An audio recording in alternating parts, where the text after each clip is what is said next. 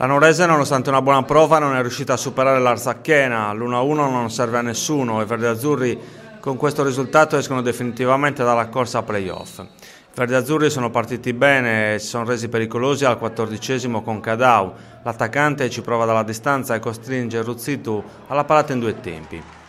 La Nuorese fa la partita e al 17° con un'azione insistita mette in seria difficoltà la difesa avversaria. Jeddah crossa dal fondo per Capai che viene anticipato da un difensore, la palla arriva a Baone che sfiora l'incrocio. L'Arsacchena gioca molto coperta e si affaccia dalle parti dell'Iperi solo al 20°.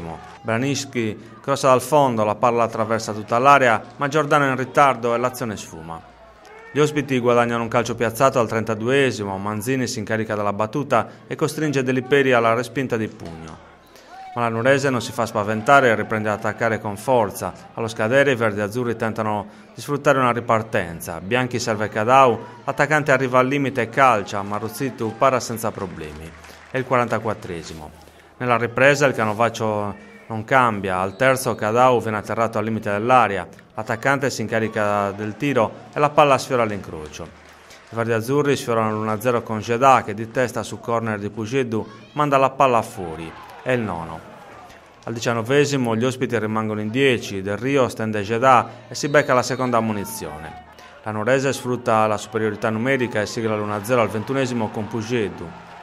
L'Arsacchena prova a scuotersi, i verdeazzurri al 25° commettono un'ingenuità che costa la vittoria. Su un fallo laterale Branisti supera Bossa che lo atterra, è il 26°.